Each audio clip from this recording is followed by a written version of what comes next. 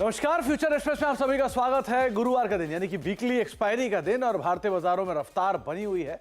दिन के ऊपरी स्तरों पर इंडिसेस कामकाज करते हुए और करीब करीब आधा % का उछाल, 123 अंकों की बढ़त, 21,640 650 के जोन्स में निफ्टी अभी ट्रेड करता हुआ। निफ्टी बैंक भी आज करीब 400 अंक ऊपर है, 1% के आसपास की बढ़त वहां पर भी है। Mid cap index as we speak day high पर 1.5% ऊपर कामकाज करते हुए और स्मॉल कैप इंडेक्स भी पूरी तरह से पार्टिसिपेट करता हुआ 1% की बढ़िया तेजी यहां पर भी आते हुए दिखाई पड़ रही है। तो ब्रॉडर मार्केट्स में आज जोरदार खरीदारी आपको दिखाई पड़ेगी और इंडेक्स में यानी कि जो शुरुआती थी गिफ्ट निफ्टी में वहां इतनी तेजी नहीं दिख रहा था, लेकिन अभी इस समय तो जबरदस्त तेजी है।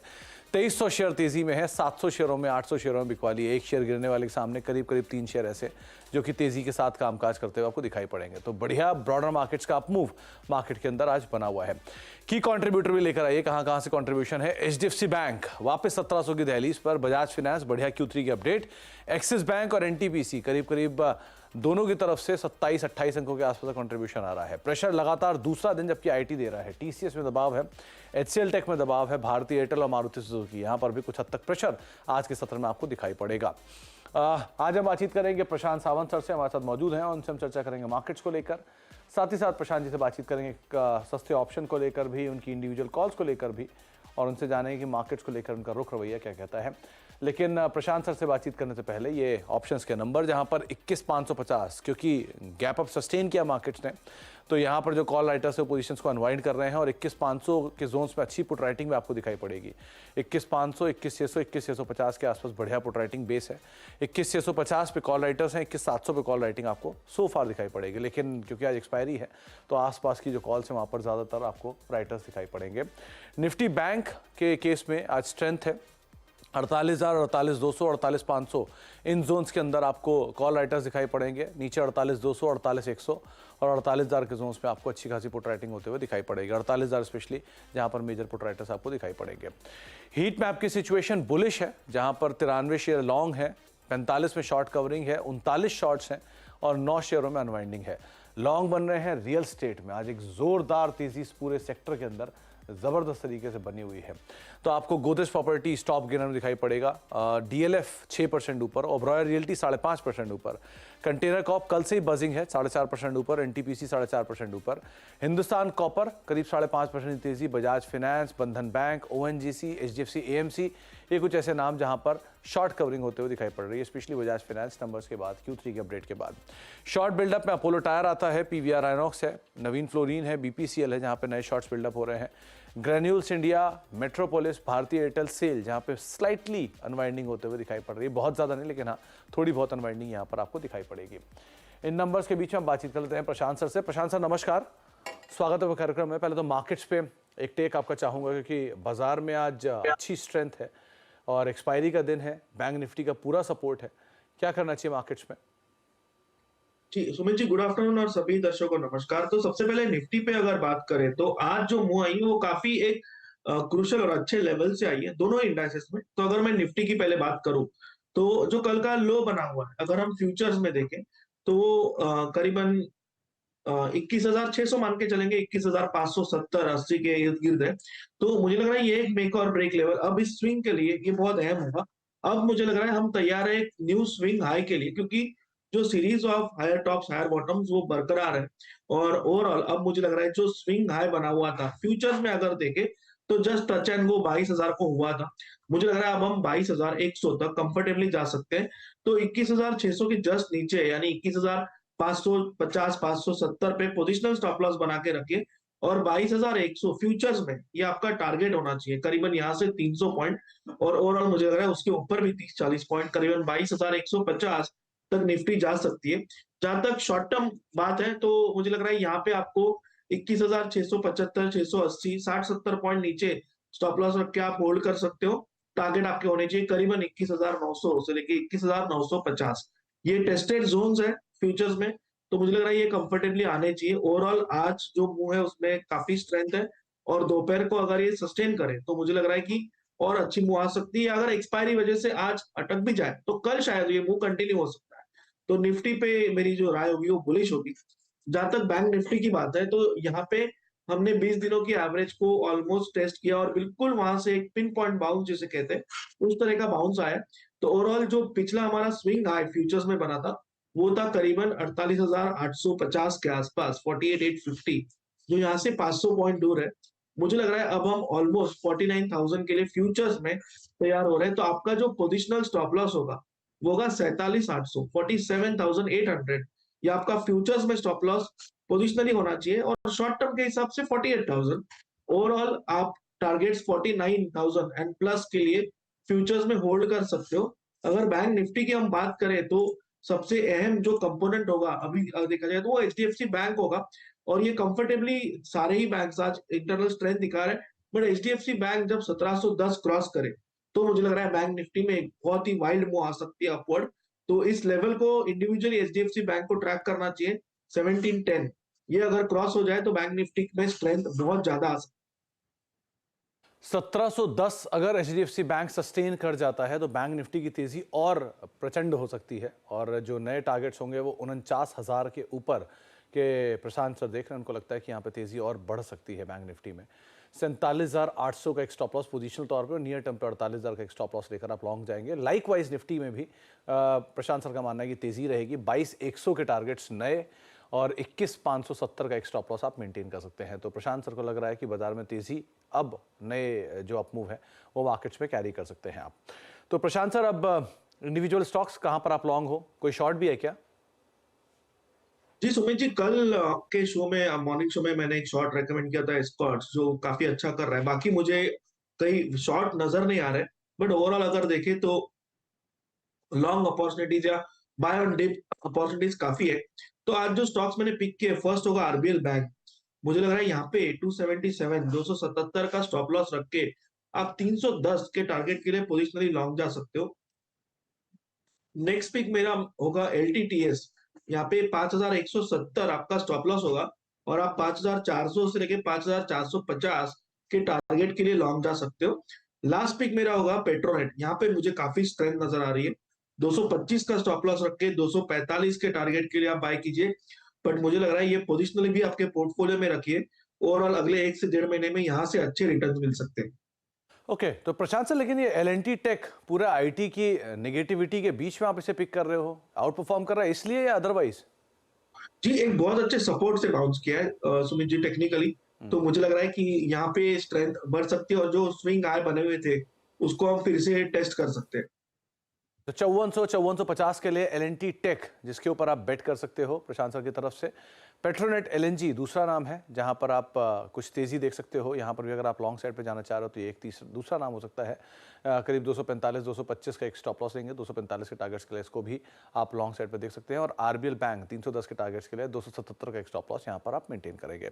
प्रशांत सर, कोई भी नाम आपने रियल स्टेट से आज नहीं चुना, जबकि रियल स्टेट आज स्ट्रांगली बजिंग है। चाहे आप गोदरेज देख लें, डीएलएफ देख लें, ओबरॉय देख लें, ऐसा क्यों? सुमित जी, ऑलरेडी मूव आ चुकी है, रिस्क रिवॉर्ड जस्टिफाइड नहीं। अगर मेरे रडार पे ओबरॉय रियलिटी डीएलएफ दोनों ही थे, और यहाँ पे मुझे लग रहा है डिप के लिए वेट करना पड़ेगा, क्योंकि अगर हम ओबरॉय रियलिटी में देखें तो एक बहुत बड़ा ब्रेकआउट है, इनफैक्ट बहुत स्ट्रॉन्ग वॉल्यूम बैक ब्रेकआउट आया है। बट अब हम 1545 पे ट्रेड कर रहे हैं।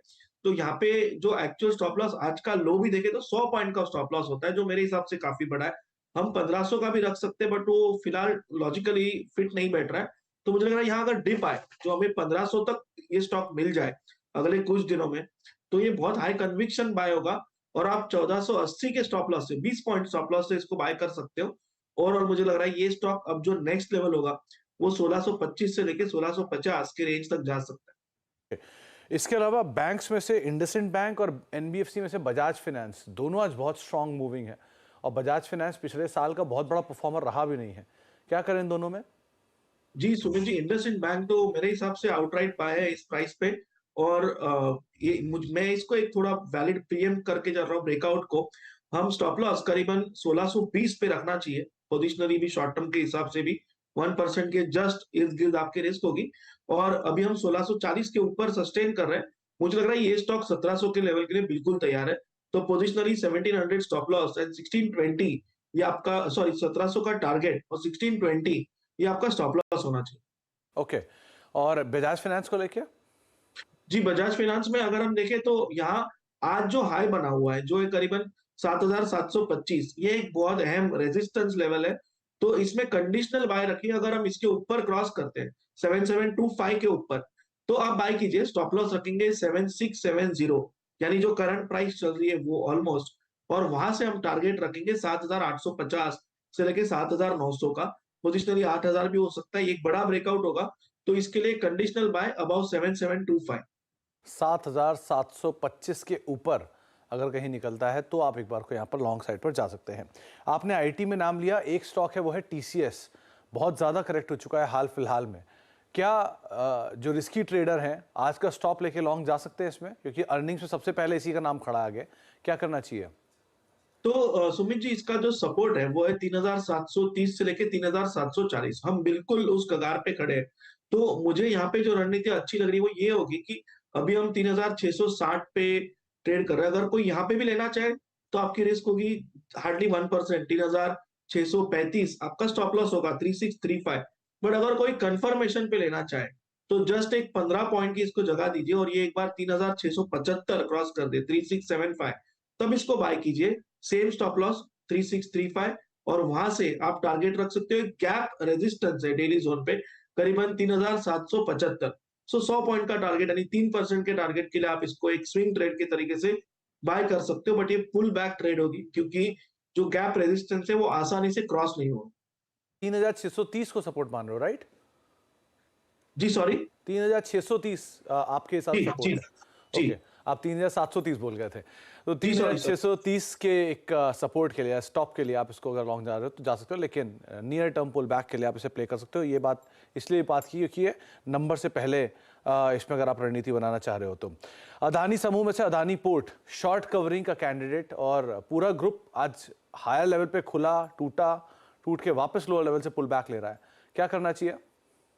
तो सुमित जी, अगर हम अडानी पोर्ट्स को देखें या कोई भी स्टॉक को देखें जो नॉन कैश में है, तो आपको दिखेगा कि कल एक बहुत बड़ा एक डोजी या spinning top width high volume बना हुआ है। तो यहाँ पे बहुत सिंपल रणनीति आपको रखनी होगी। इस रेंज में आप काम मत कीजिए।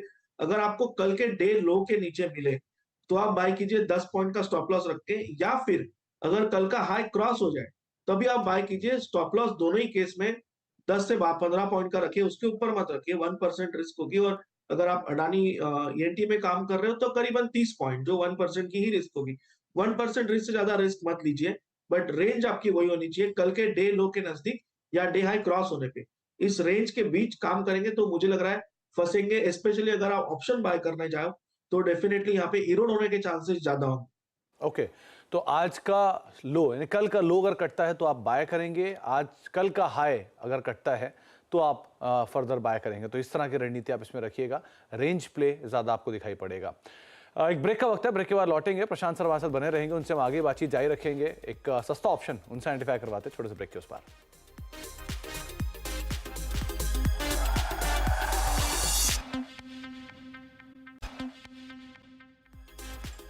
आप देख रहे हैं फ्यूचर एक्सप्रेस, और मार्केट्स में एक अच्छी तेजी बनी हुई है। बढ़िया अपमूव के साथ इंडिसेस अभी कामकाज करते हुए दिखाई पड़ रहे हैं, और जो स्ट्रेंथ है वो ना केवल फ्रंटलाइन इंडेक्स में है बल्कि मिड कैप स्मॉल कैप में आपको ज़्यादा ही दिखाई पड़ेगी।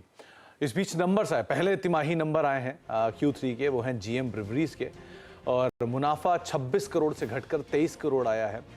और एबिटा फ्रंट पर भी कंपनी के नंबर्स के अंदर कमजोरी देखने को मिली है। मार्जिन 16% जो कि 22% के सामने इस तिमाही में आते हुए दिखाई पड़े हैं। आय बढ़ी है, 154 करोड़ से बढ़ के 157 करोड़ है, लेकिन एबिटा और मार्जिन दोनों ही वाई बेसिस पे सिंक होते हुए दिखाई पड़े हैं। इसीलिए स्टॉक में रिएक्शन भी बहुत स्ट्रांग है।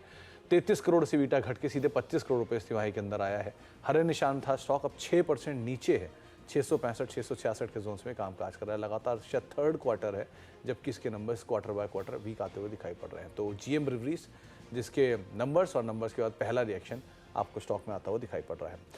प्रशांत सर, अब सस्ते ऑप्शन की बारी, क्या चुना आपने? तो सुमित जी, जो टारगेट्स मैंने निफ्टी के लिए कहे करीबन 22,100 फ्यूचर्स में, उसके लिए अहम कंट्रीब्यूशन आना होगा रिलायंस से। और इसकी जो 2600 की कॉल है, 2600 स्ट्राइक प्राइस कॉल ऑप्शन, करीबन 55-57 के जोन में चल रही है, 57 के आसपास। तो इसको 35 के स्टॉप लॉस से खरीदना चाहिए। टारगेट 1 आपका होगा 85, 85, और टारगेट 2 आप 95 से 100 मान के चल सकते हो। ओवरऑल मुझे लग रहा है कि यहाँ पे एक अच्छी मूव आनी चाहिए, और रिलायंस 2610 के ऊपर अगर सस्टेन करेगा तो ये मूव जल्द आ सकती है। तो 2600 की कॉल रिलायंस की 57 से 58 रुपए के जोन्स पे भी ये कामकाज करते हुए दिखाई पड़ रही है। इसको आप लॉन्ग साइड पर देख सकते हैं। करीब 85, 95 और 100 तीन टारगेट्स आपको प्रशांत सर बता रहे हैं जिनको आप फॉलो कर सकते हैं। 35 का एक स्टॉप लॉस यहाँ पर मेंटेन करेंगे। और एक डिस्क्लेमर, स्टैंडर्ड डिस्क्लेमर भी है कि जो चैनल आप देख रहे हैं इसका प्रभुत्व और प्रबंधन रिलायंस इंडस्ट्रीज के पास है, तो किसी भी निवेश से पहले अपने वित्तीय सलाहकार की राय जरूर ले लें। प्रशांत सर, मेटल स्पेस से दो नाम, इनफैक्ट पीएसयू स्पेस से दो नाम माफ कीजिएगा। पहला है हिंदुस्तान कॉपर 5% ऊपर और दूसरा है एनटीपीसी करीब करीब 5% तेजी यहाँ पर भी है।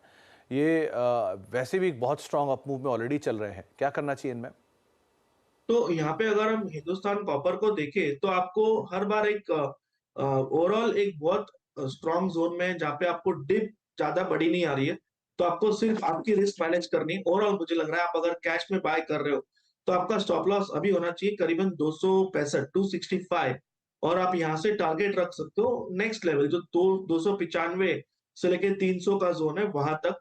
तो आपको इसमें कंटिन्यूअस स्विंग ट्रेड करने होंगे, 1:2 रिस्क रिवॉर्ड रखने की कोशिश कीजिए और एंट्री एग्जिट करने होंगे क्योंकि ओवरऑल काफी स्ट्रेच हो चुका है।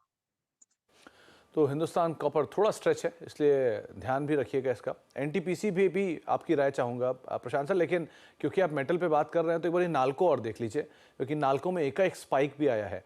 अच्छा शॉर्ट कवरिंग कैंडिडेट है, 1.5% के आसपास की बढ़त है, बढ़िया शॉर्ट कवरिंग हो रही है। क्या करें नाल्को में और साथ साथ एनटीपीसी? नाल्को में आप स्ट्रेट 128 के स्टॉप लॉस से बाय कर सकते हो सुमित जी। मुझे लग रहा है जो कल की एक डिप आई है वो बहुत अच्छी डिप है, तो उसके नीचे स्टॉप लॉस रख के 128 का स्टॉप लॉस रख के आप बाय कीजिए। टारगेट आपके होने चाहिए 142। मुझे लग रहा है एक अच्छा ट्रेड ये बन सकता है। ऑलरेडी सेक्टर सपोर्ट है। एनटीपीसी की जहां तक बात है तो ये क्लियर कट इनफैक्ट अगर इसको देखें तो पिछले 2 महीनों से ये 20 दिनों के एवरेज को टच भी नहीं कर रहा है, जो आपको एक बहुत स्ट्रॉन्ग इसमें सिग्नल दे रहा है कि इसमें इनहेरेंट स्ट्रेंथ काफी है। तो यहाँ पे अभी जो पिछला स्विंग आया था करीबन 315, इसके ऊपर भी ये सस्टेन कर रहा है। तो आप इसको 313 312 के स्टॉप लॉस से depending on your risk taking ability इसको बाय कीजिए। और ओवरऑल यहाँ से जो नेक्स्ट टारगेट आपके आने चाहिए 330 से लेके 335 के जोन तक आने चाहिए। दो शॉर्ट कैंडिडेट देखिए, एक है अपोलो टायर और एक है पीवीआर आइनॉक्स। 2% दोनों नीचे और अच्छी खासी यहाँ पे शॉर्ट बिल्डअप हो रहा है। कैसे रीड कर रहे हो आप इन्हें? तो अपोलो टायर्स को अगर देखें स्मित जी तो मुझे लग रहा है कि ये 20 दिनों के एवरेज के नजदीक आ रहा है। तो सपोर्ट के नजदीक आ रहा है तो आपको सिर्फ अगर एग्जिस्टिंग लॉन्ग्स है इसको आप 445 445 यानी करंट प्राइस से जस्ट 1% नीचे रख के ट्रेल कीजिए। अगर 445 ब्रेक हो तो आप प्रॉफिट बुक कर लीजिए। यहाँ पे शॉर्टिंग की सलाह नहीं देने दूंगा मैं, बट डेफिनेटली अगर पोजीशन है तो आपको एक स्टॉप लॉस 445 पे रखना होगा। वो ट्रिगर हो तो प्रॉफिट बुक करके तो कुछ देर के लिए बाहर हो जाए। ओके। और नवीन फ्लोरिन, माफ कीजिए, पीवीआर आइनॉक्स? जी, पीवीआर आइनॉक्स में अगर हम देखें तो यहाँ पे बेस फॉर्मेशन होने की कोशिश हो रही है। अगर हम करंट पिछले 6 से 7 दिनों की प्राइस एक्शन देखें तो एक क्लियर बेस फॉर्मेशन हो रहा है और हम अभी 1675 जो लो बने हुए हैं करीबन 1640 के आसपास, मुझे लग रहा है यहाँ पे एक प्री अटेम्प्ट किया जा सकता है। 1635 का स्टॉप लॉस रखें 1635 पोजिशनली और आप बाय कीजिए, एक्यूमुलेट कीजिए इस लेवल पे।